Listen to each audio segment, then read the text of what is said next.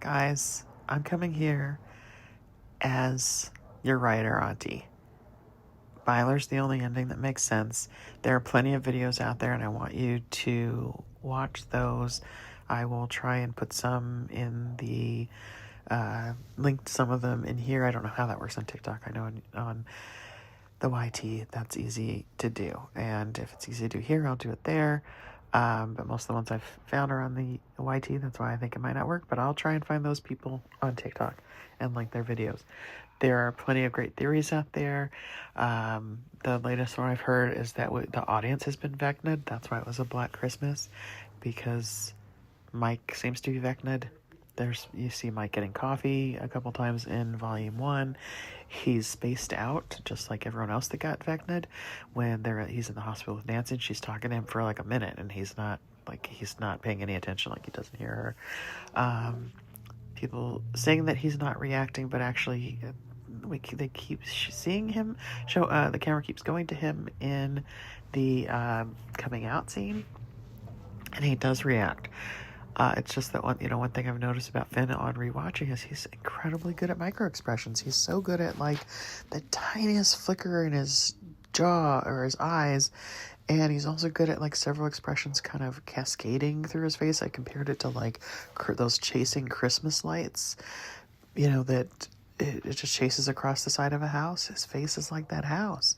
And so I think if you trust his acting that has been so good up until now, and you trust what the Duffers have been giving us for 4 seasons prior to this, then trust them now.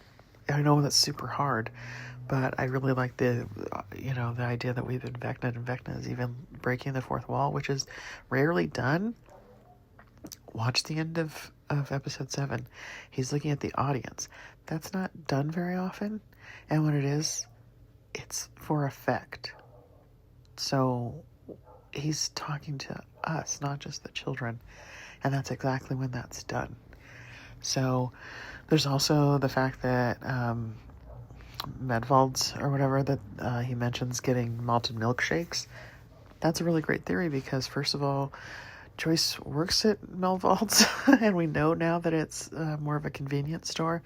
They don't sell milkshakes. You don't see it being a restaurant anymore, but during Vecna's time it was. Also, in the 80s, we didn't say malted milkshakes. We said shakes.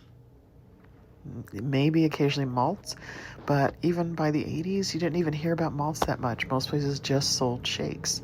They didn't put malts as when they put malted milk powder in it. But definitely in the 80s, we would have said shake or malt, mostly shake. We would not have said malted milkshake, even milkshake. That's more antiquated. And I think with the detail that they've had, I don't think that's an accident. I think Vecna is talking through Will because he said he wanted Will to spy for him one more time. Was it just to find out Max was in the hospital? She's been in the hospital for 1.5 years. He didn't need that. But where might he need it? To control the narrative that Will tells to everyone else, because Mike is sitting right by Will. Mike is paying such close attention. Mike sits up. He gulps when Will says he doesn't like girls. When Will says, not like the rest of you, instead of going to Mike like we do throughout that scene, we go to Dustin and Lucas, and Mike is not only blurry, but part of his face is cut off. Maybe that means he's bi, but it certainly means that he's not the target of that comment. And we also have to, people have been saying Will is an unreliable narrator. I'm not sure. I should know this better as a writer, but I'm not sure that everyone in a movie is a narrator. A narrator is usually the person that does a voiceover. And a voiceover that explains the story as opposed to like Hop's letter being read voiceover. That's not, it's kind of narrator. But at any rate, he's not omniscient. He doesn't know Mike's thoughts because everyone's getting like bent out of shape about the Mike's just my Tammy. And then the people that are anti-bi are like, Will said it himself, Mike's not my Tammy. Does Will know Mike's feelings? Because Will also in that same speech says, I know he's not like me. How does he know that? Did he have a conversation? Did Mike ever say, I don't like boys, just because Mike dated a girl? Which is another argument about, oh, well, Mike's dated a girl for 4 years. Yeah, they've been broken up most of that time and fought when they weren't together. And even when they kissed, he's pushing her hands off of his body. That's more of a girl thing to do, to push, so that a guy doesn't feel you up and then brag about it and then ruin your reputation, especially like in the 80s. That was still a thing. And also just that a girl might not be ready to be touched, right? But touching a guy on his chest is a little less violating. I mean, maybe people feel differently, but a man's chest or a boy's chest is less seen as sexual or intimate touch than touching a girl's chest, right? So why is Mike taking Elle's hands off his chest when they're making out and holding her wrist so she can't touch him again? It just reads like gay. I mean, because it doesn't make sense otherwise. So I just want you to trust your writing aunties and the fact that the Bylers are their smart people, and we should be listening to the smart people, not the dum-dums. Everyone has an opinion. The saying, opinions are like buttholes. Everyone has one. Just because someone has one and can get it on the internet doesn't make it as valid as someone else's that's more informed. So trust your writing auntie.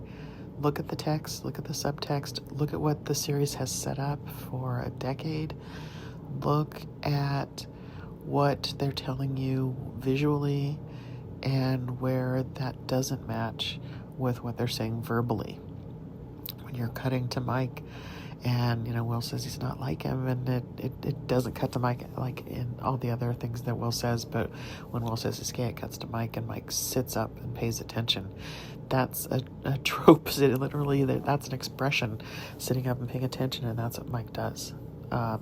So I don't even know where this went, but I am just trying to wrap this up and put out a little hope. And I hope you're getting that hope elsewhere as well. We could be heroes!